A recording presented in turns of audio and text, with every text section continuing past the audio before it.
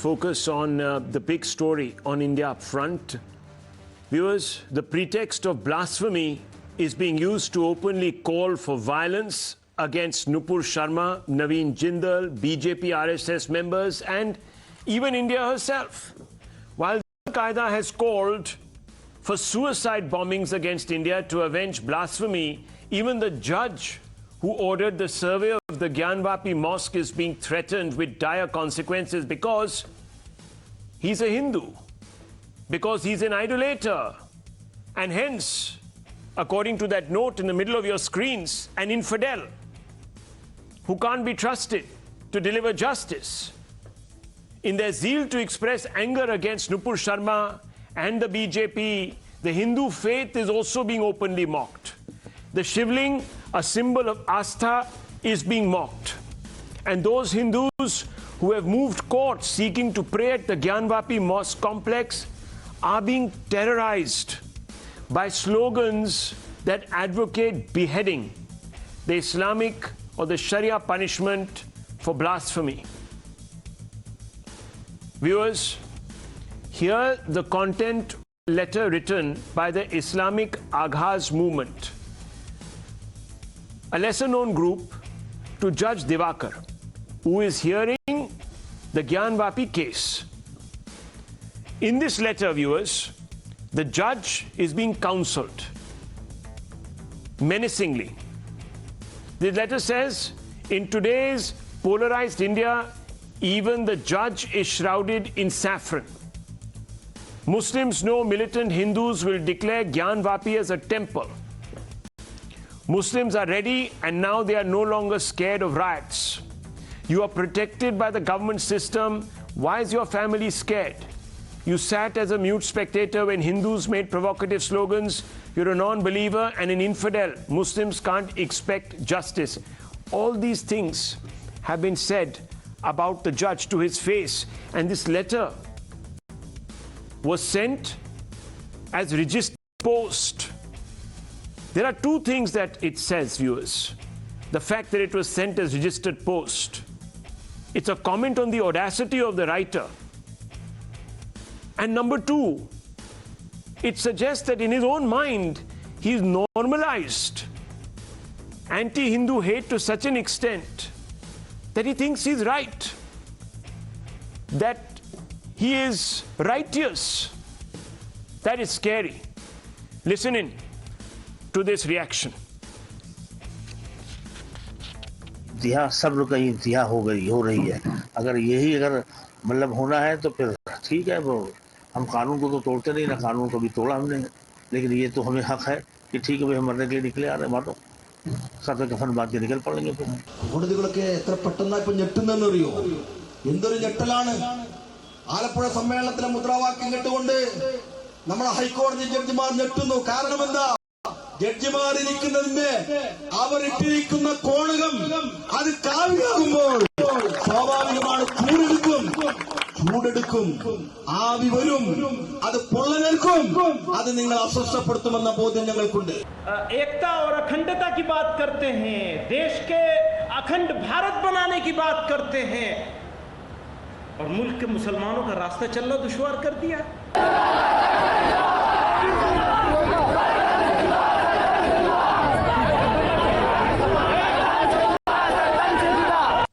These were other examples of extreme Hindu phobia, of fatwas being issued to ensure that one community is punished. Now, viewers, all through this, so-called liberal class has stood silent. And I'm not even at this moment showing you what was said about Nupur Sharma. Yes, the BJP took action. Yes, the BJP found that what she said was offensive. But she has been threatened with rape. People have said, we'll throw acid on your face, we'll chop you into pieces, we will not even spare your family, we'll burn down your homes. Clerics have ordered her beheading, reminded her of what happened to Kamlesh Tiwari. This wasn't the case earlier. when the liberal, so-called liberal street stood silent, In the past, this very same lobby that is silent today vociferously called out hate and championed secularism. And I'll give you some instances, viewers. After the fatwa was issued against Deepika Padukone for the movie Padmavat by some misguided right-wing organization, Javed Akhtar summoned all his righteous indignation, and on January 31st, 2017 said, "Ignorance, thy name is right-wingers." His son, viewers, today is silent and even rationalized some of the hate that was directed against Nupur Sharma. That's where things stand. After Bully Bhai app degrades women online, especially Muslim women, Swara Bhaskar piped up. She's an actor, of course, January 2022, just a few months ago. And I must remind that it's not kosher to call for genocide. Kosher was the word she used. Viewers, not kosher to call for genocide. When Rushdie's satanic verses were banned, at that time, viewers, there was a massive outcry. The same press that is consigning Nupur Sharma to the fate that Joan of Arc met, that same liberal press championed Salman Rushdie's right to freedom of expression. In fact, Mr. Chidambaram, ex-UPA minister in 2015, came out and said, "I have no hesitation in saying that the ban on Salman Rushdie's book was wrong." Yes, viewers. He was obviously talking about governments in the past, including Congress ones, that banned Salman Rushdie's book, but finally found his moral backbone and expressed this view in support of Salman Rushdie. What changed, we don't know.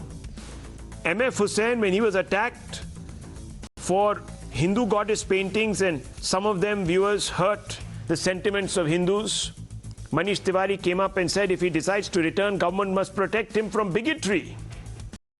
Today they want Nupur Sharma to be thrown into jail and booked for UAPA. It's an interesting contrast, viewers. Like for like, I'm not giving you any examples that cannot be considered apples for apples. Taslima Nasreen. Taslima Nasreen hounded viewers for a book that she wrote that was declared blasphemous from among those like the AIMM, the Owaisi crowd. And you had Shashi Tharoor, ex-UPA minister in 2014, coming out and said, "I've read Lajja. Taslima Nasreen is right. It doesn't defame Islam." So you can see, viewers, that there are different standards. The silence over violent threats is akin to giving a license to religious extremists to impose their laws and their idea of how justice is to be dispensed. They forget that India is ruled by secular laws, and it isn't an Islamic country where beheadings, limb chopping are not allowed as punishments. Let me give you an example of India's secular laws that protect religions from being maligned or insulted. There's section 295A. And it says deliberate and malicious acts to outrage religious feelings. Nupur Sharma has been booked under one of these laws. It advocates for 3 years jail and or fine. It's the maximum punishment.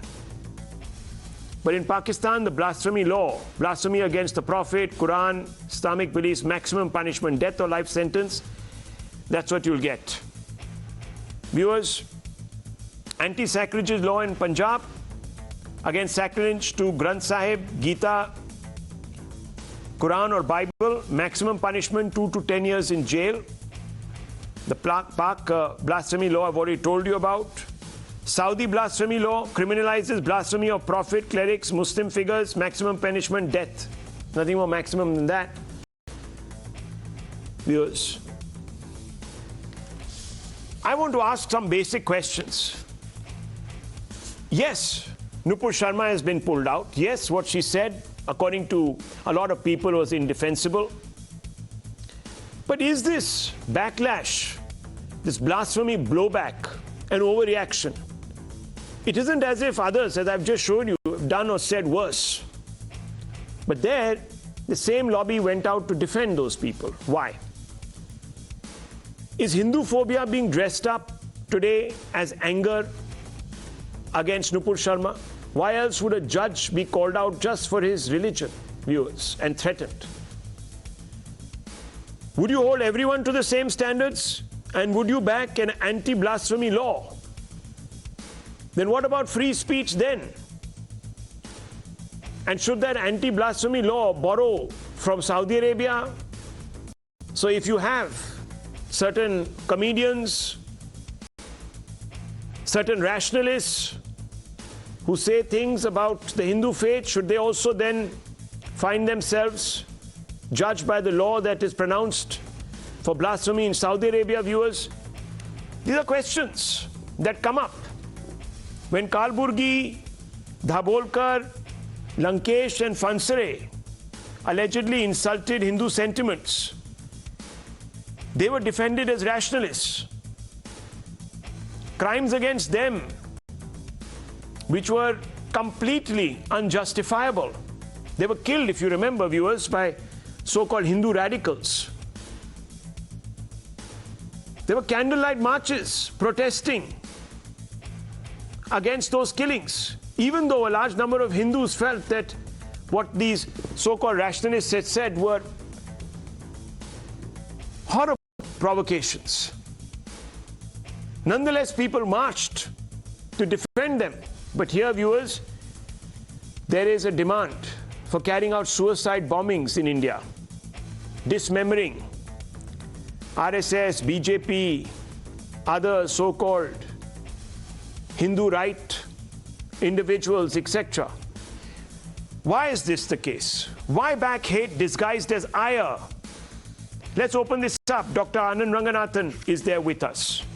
Mohandas Pai, also there with us. Sushil Pandit, Syed Masood Hasan, Zubair Memon, and Vivek Srivastava. Dr. Ranganathan, what do you make of this blasphemy blowback, this sort of, in Hindi they use a word, nazar andazi, of the so-called liberal brigade? Yeah.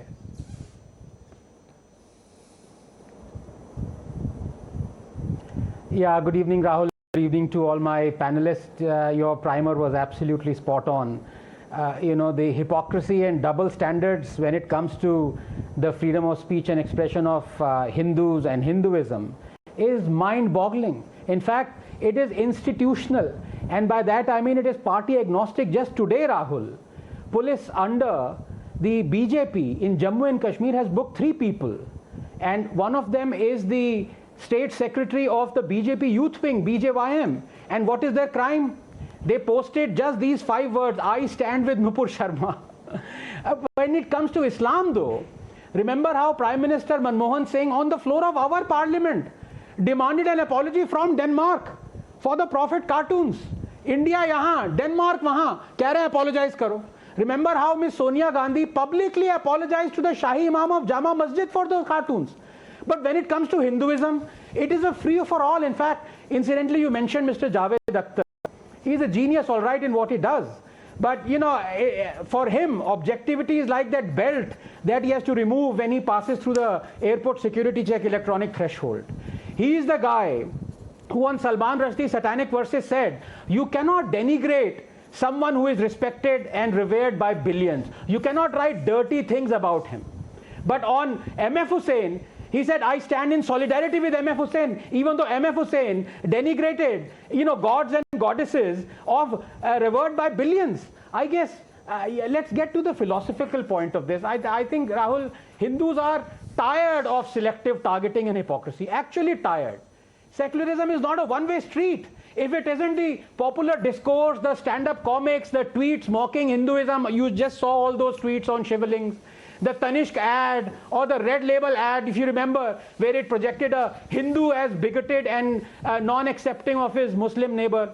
If it isn't all those, it is done by parties like the DMK or the TMC or incidentally the Congress, supposed to protect the freedom of speech and expression. Like a Mahila Congress leader making that Gaumutra jibe same as the Pulwama bomber, or a Goa Congress leader terming Hindu god Parashuram as a terrorist and a rapist, or a Congress mouthpiece National Herald routinely publishing Hindu-phobic articles, including one where it said Hindu epics were replete with misogyny and Me Too instances, or the Congress celebrating Tipu Jayanti despite knowing he demolished hundreds of temples and converted and butchered lakhs of Hindus. And who can forget that the phrase saffron terror was coined by Congress and that it wanted to pass the communal violence bill where only majority, i.e. only the Hindus, would be held guilty in a communal riots even if it happened in Kashmir. How many instances are there where the Congress has abused Islam? In fact, as you rightly said, it demanded hanging of Kamlesh Tiwari on the floor of the UP Assembly. Rahul, if we are talking of mainstreaming hate, why are we as a nation so scared to make public the preachings that render Abrahamic religions exclusivist and supremacist? You talk of hate and conveniently forget the hate religions preach. Let me not quote the verses here, but rather a man, quote, "The Hindus are right when they say that it is not possible to establish social contact between Hindus and Muslims because such contact can only mean contact between women from one side and men, i.e. Hindus from the other, Muslims from the other," unquote, B.R. Ambedkar. So although I'm not for banning any ad, I'm a free speech absolutist, I'm not for banning any stand-up comic or a film that mocks Hinduism or Hindu gods, because there are so many, especially lately. It'd be a good idea though for the makers to append their creative work with a small print that says, quote, "Yes, we are mocking Hindu beliefs and Hindu gods because we can. And Hindus have always accepted this. We dare not mock Islam or its practices or its prophet or God, because if we do, we'll be beheaded or killed like the Charlie Hebdo journalists." Just this simple small print, Rahul, just 10 seconds. Just this will assuage the Hindus and make the Muslims realize that we live in a country that cherishes the freedom of criticize to religion. And the punishment for apostasy in this country for being a kafir is not death. Well, Dr. Ranganathan, you've put it very well. There's nothing much more one can add, but it does prompt a few questions which I now need to ask some of the other panelists. And I want to begin with Syed Masood ul Hasan Saab, who's a political analyst. Hasan Saab, I want to ask you this. Is this blowback against Nupur Sharma, Mr. Jindal, BJP, RSS, ordinary Hindus, the judge of the who's hearing the Gyanvapi complex petition, an overreaction? Are all those clerics who are standing up and saying, "We'll chop your hands off, we'll behead you," etc., an overreaction?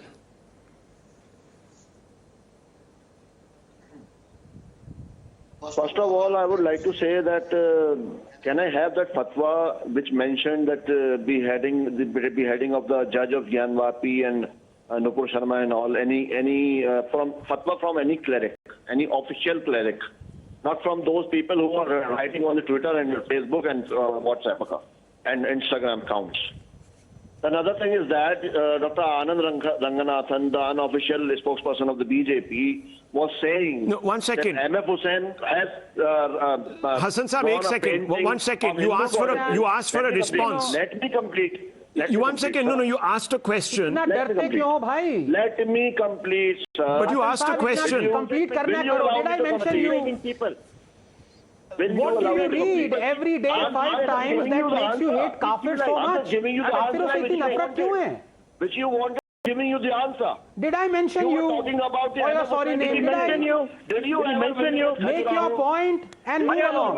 Why is so full of no need to denigrate and we get personal with other people. Understand? Book, which has been written by your clerics, by your pundits.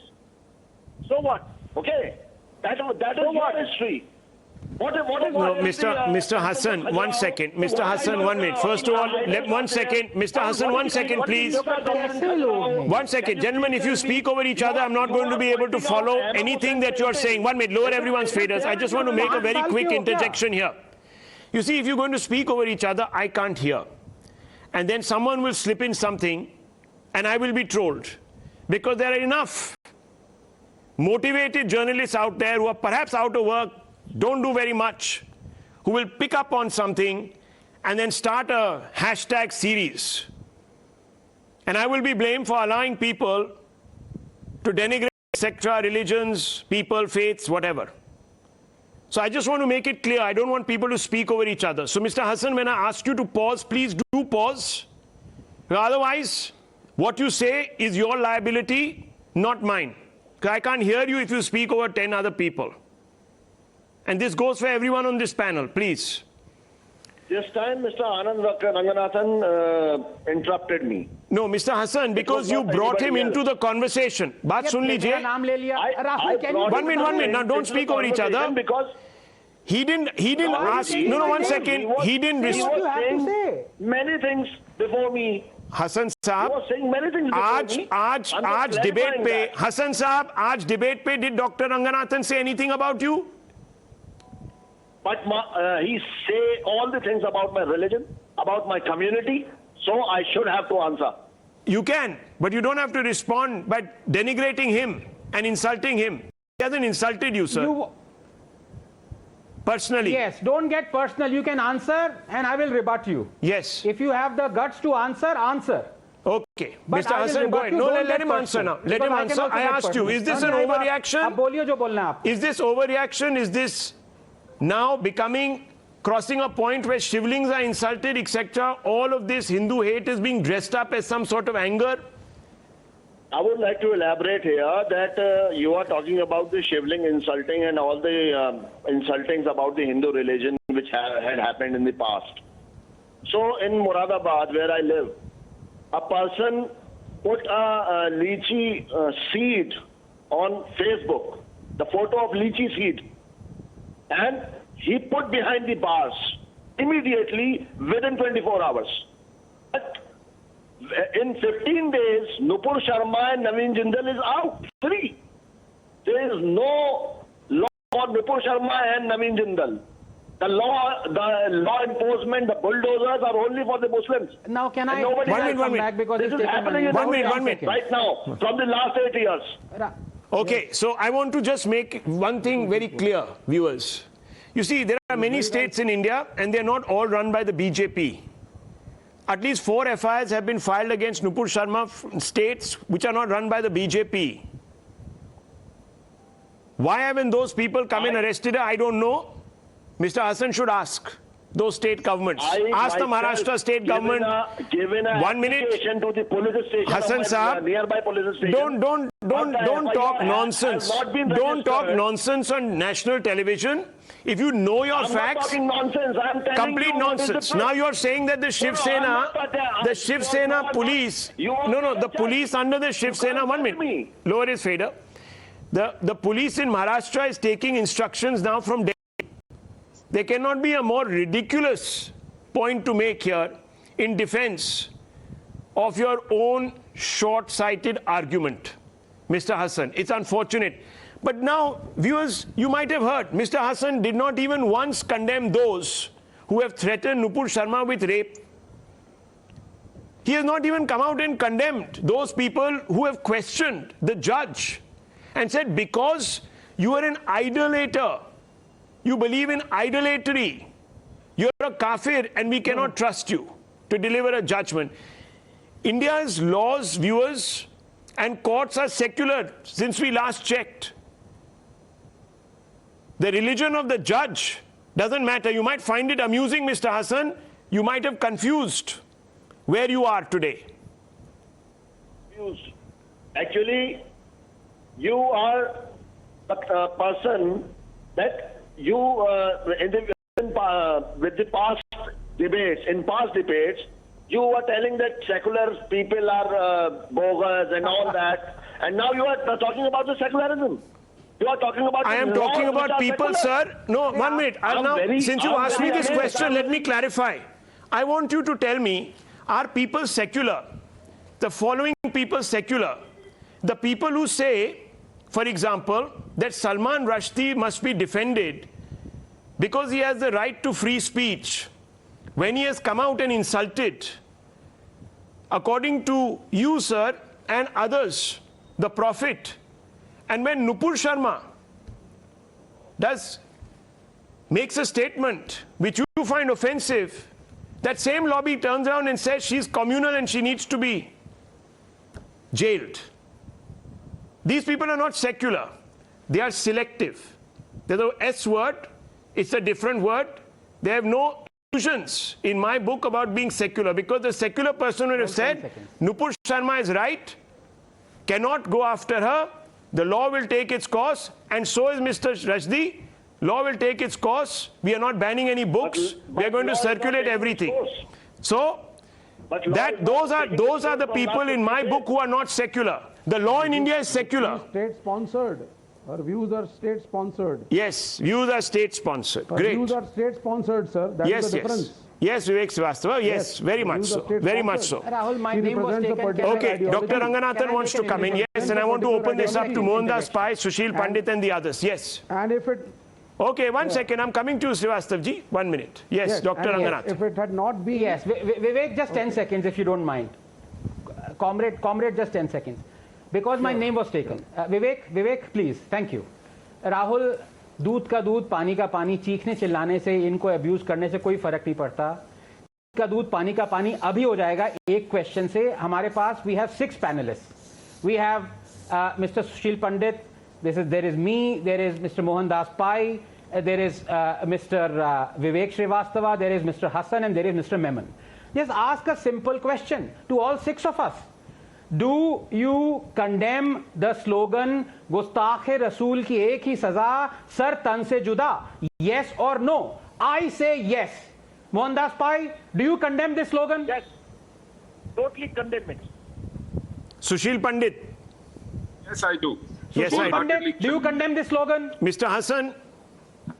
Not at all. Okay. Mr. Hasan, Mr. Hasan, do you condemn this slogan?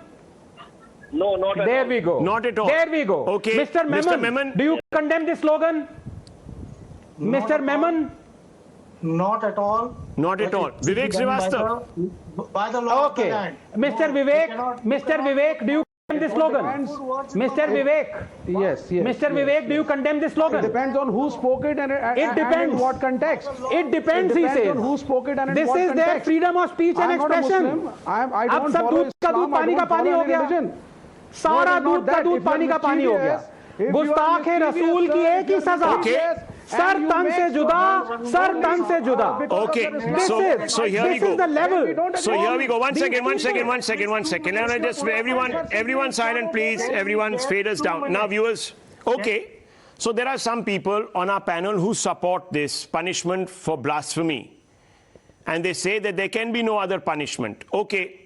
So I want to ask Mr. Memon and Vivek Srivastava, should we then have a blasphemy law? And then should everyone be held to the same standards? Yeah. Now, would you back an anti-blasphemy law where...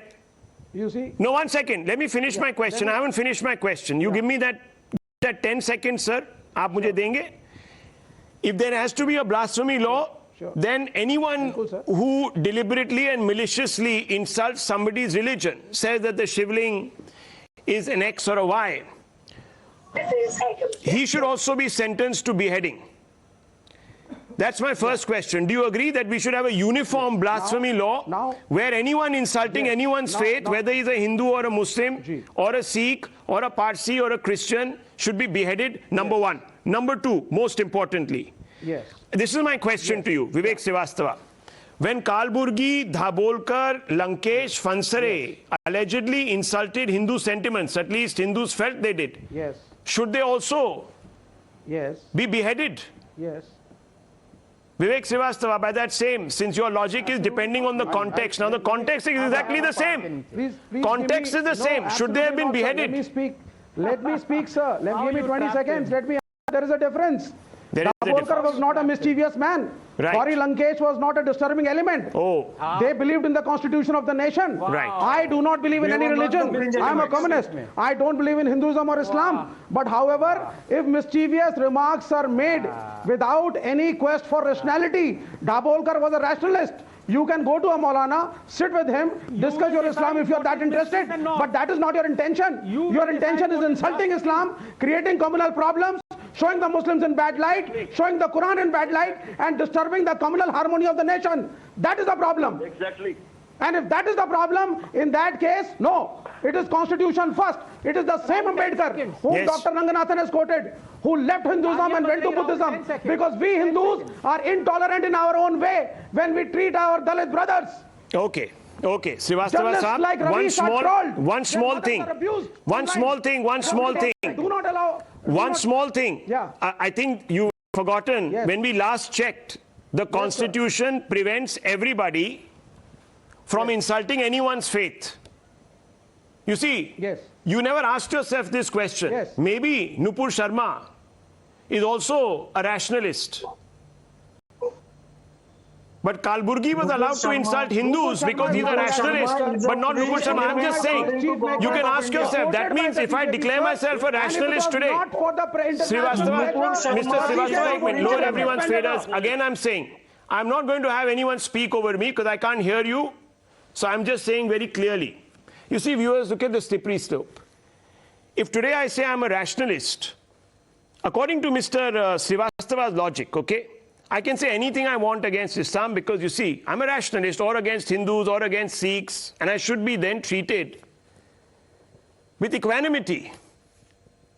And I should be given the guarantees that I have under the Constitution. By the way, Mr. Srivastava has read the Constitution from, I think, right to left. Because let me tell you, Mr. Srivastava, there are no absolutes in the Indian Constitution when it comes to free speech.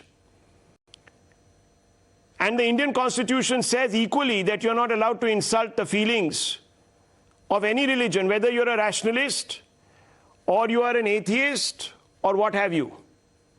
So that's not an excuse. So that's not an excuse, because Kalburgi, Dhabolkar, Lankesh and Fansare, and what they said or what they wrote was, viewers, inflammatory according to some people. And they believe that Section 295A, etc., should be applied to them. So they were also not constitutional or believed in the Constitution, because if they did, perhaps they would have been a bit careful. Nonetheless, Dr. Ranganathan, Mr. Pai, I want to come to you, and Sushil Pandit. Yes, Dr. Ranganathan raising his hand. Yes, yes, go ahead. Yes. Yes, I apologize to Mr. Pandit and Mr. Pai and Mr. Memon. I'm not taking their time. It's just that Vivek yet again mentioned my name. So can I please rebut my good friend Vivek on two counts? Number one, Vivek, you are absolutely right that Ambedkar, Dr. Ambedkar, who I quoted, converted from left the shores of Hinduism and went to Buddhism. You know why he also said, I will not convert to Islam? Because then the danger of Muslim domination becomes real. And the fact of the matter is, what do we do? What do billion Hindus do to a man who left their shores, Hinduism, and converted, chose another religion? They venerate him. They gave him Bharat Ratna. There are 65,000 people who go every day to his Samadhi. What is the punishment for apostasy in Islam? You're not improving your own house. You're not improving Number two, don't interrupt, Vivek. Don't get scared by what I'm going to say now. Don't get scared. I've told you, Nizam Bhai, lower the fader of people who are speaking to each other. Very simple rule of this debate. Rahul, yes. Go ahead. Yes. Yes, because this Vivek ridiculously brought in the context where he supports Gustakh-e-Rasool ki ek hi saza sartan se juda. I want to ask him. In fact, I've asked him this 6 months ago. Do you condemn the internment of 1.5 million Uyghur Muslims in concentration camps in China? That China is forcibly sterilizing them, that China is feeding them pork, making them drink alcohol. Do you condemn? Ask him, yes or no? Can't hear you. No, I do not condemn, because nothing like that is happening. Okay, we don't need your lecture, sir, on constitutionality or human rights. Thank you very much. Mr. Srivastava, you're completely exposing yourself as an individual who has no problems. It's a developed country. You have no problems about extrajudicial pronouncements. You have no respect for the law or the language of human rights. You have just exposed yourself, sir. And I don't know. I have serious doubts, sir. Serious doubts about your ability now to speak as a member of civil society. Clearly, you're not part of the civil society, sir. You're part of some other secret society that now we are just about hearing about. There is a cell of people in this country, viewers, who defend the internment of Muslims in the Xinjiang province. They don't mind them being sterilized. They have no problems if their children are taken away from them and, like the Ottoman Empire did, raise them in a different faith or as different people and supplant them in another part of the world or in China. They have no problems with that. This is a society that Vivek Srivastava belongs to, a secret order within the Indian largest civil society. It's shocking, actually. Order is the It's shocking. constitution which I Anyhow, follow. let me bring in. No, it's okay. It's okay, sir. See, in India, we even allow that. It's okay. Koi problem nahi, sir. Koi problem nahi. I salute you, sir. I salute you, sir. I salute you. Okay, Mohandas Pai, please. Mr. Pai and Sushil Pandit. I just want to ask, is Mohandas Pai, should we then have an anti-blasphemy law that pronounces the same punishment for anyone, whether they are insulting the Shivlin or drawing nude portraits of Hindu goddesses? Rahul, an anti-blasphemy law has no place in a liberal democracy. Let us be very clear about it. It's a medieval law brought in at a point of time when societies were run as theocracies. It has no place in a liberal democracy. We should not have such a law. However, as we live in India, which is very religious, all of us have a duty to make sure that we offend the religious sensibilities of any religion. We need to be careful. Some people sometimes say things which offend people. People have a right to protest against such purported offense, irrespective of where they are. They have a right to protest, but nobody has a right to provoke violence. Nobody has a right to threaten. Nobody has a right to say we're going to cut your throat. Yes. If they do, they must meet the force of law. The problem in India has been we have a weak state where many people can get away by threatening others, marching on the street, threatening violence and get away. All of them should be charged under the law and put into a jail because they are all threatening, and there is no place in our society for such threats to come out. And all these people here who justify violence should be told very clearly that violence has no place in our society and justifying violence has no place. And when you live in a liberal democracy, you must make sure that you protect the rights of others as well as your rights. If you want your rights protected, you must stand up to protect the rights of others. It cannot be selective. It cannot be one-sided. All these people who are well, let me tell you, I think you're absolutely right. Mohandas Pai, you're absolutely right. The bottom line is you can't be selective. We all spoke up against the murders of Kalburgi, of Pansare. Yes. I remember you did, sir. Gauri Lankesh and others. They were killed by so-called right-wing extremists. Yes. And we all said, nothing doing. This is a law-abiding country. Freedom of expression matters. Whether they were rationalists or practicing or devout or what have you, it doesn't matter. No one deserves to be killed extrajudicially. Try them under the law. Try them under, you know, the laws which I've just put out there, viewers, for you to see. That's the law in India. You can't kill anybody. Similarly, I would have expected any of our three panelists today to say, look, Al-Qaeda and company, not right. We have our own laws. We don't want your, you know, scythe-wielding barbarians to loop around this country. We don't want all of that. And viewers, I can tell you that we have been threatened as a broadcaster by terror organizations. And if something happens to me as an anchor or my colleagues, I will hold the people who are sitting here and rationalizing beheading as a punishment responsible. Let me tell you this. They're whipping up hate. Yes. They should be the first who should be going to jail. And if I don't live in the next 1 month or 2 months or what have you, remember that, viewers, you know who's guilty. You know who's guilty. The silent Don't say that. are guilty. Well, Don't you know, say that. I've been threatened, and I'm not going to sit here and pipe down. So, Sushil Pandit, I want to ask you, you have been threatened. A large number of your family members were threatened. A large number of your friends were threatened. And have you ever stood here and said that we should behead all those people who threatened us, who hurt our religious sentiments, who desecrated our temples? And you're a Kashmiri Hindu. Why don't you tell these gentlemen?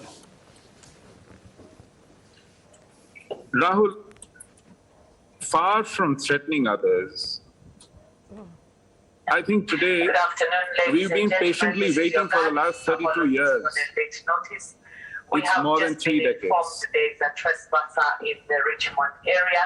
This train will be going via Hounslow. The next stop will be Clapham Junction. Sorry. So we've been patiently waiting for 3 decades for justice to be delivered. Once again, but it's not about justice, it is not about laws, it is not about democracy, it is not about freedom of speech, Rahul.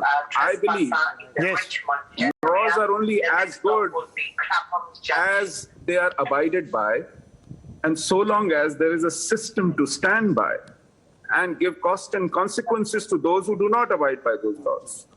Today, we face a situation where force, coercion, threat to violence, blackmail is openly brandished in order to get your way, in order to browbeat people and take away your right to express yourself.